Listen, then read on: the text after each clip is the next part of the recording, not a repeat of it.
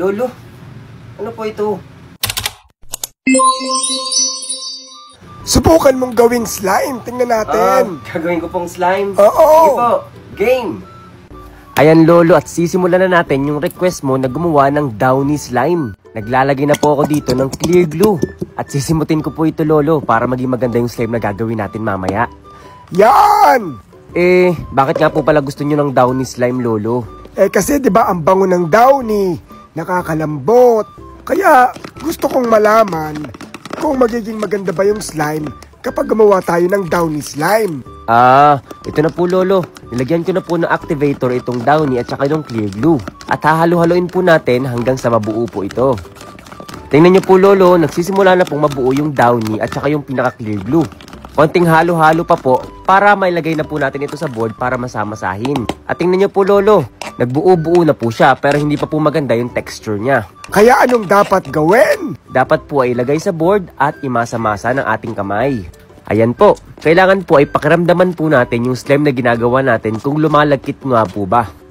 Ayan Lolo, tingnan nyo po oh. Bakit parang hindi nabubuo? At parang naghiwa-hiwalay tapos nadudurog-durog? Yun po yung di natin alam kung bakit.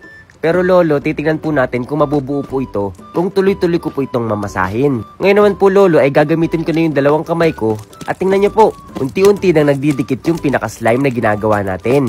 Konting masa-masa lang at stretch-stretch para mabuo po ito. Wow! Nagsisimula na ngang mabuo ang slime mo. Opo Lolo, at naaamoy nyo po ba sobrang bango?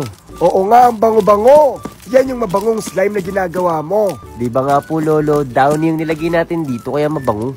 Pero pwede din naman yung mga ibang fabric conditioner dahil hindi naman ito sponsor. Tama ka! Ayan Lolo, tingnan nyo po, nabubuo na po yung ating slime at ini-stretch-stretch ko na po. Kukunin ko na lang po yung mga dumikit dito sa board para talagang mahalo na po natin ito at maayos na po natin yung slime na ginagawa natin.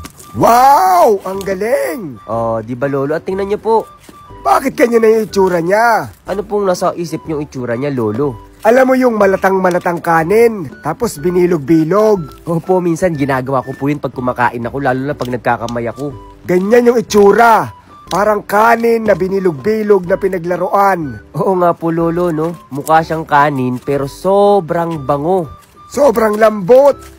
At hindi ganun ka-stretchable Lolo. Dahil ang dami mo atang nailagay na activator. Pero okay na po ito Lolo. Bouncy slime naman po ito. Bouncy downy slime. Oo nga, no? Di ba Lolo? Ayos pa ding laruin. Pakita na natin.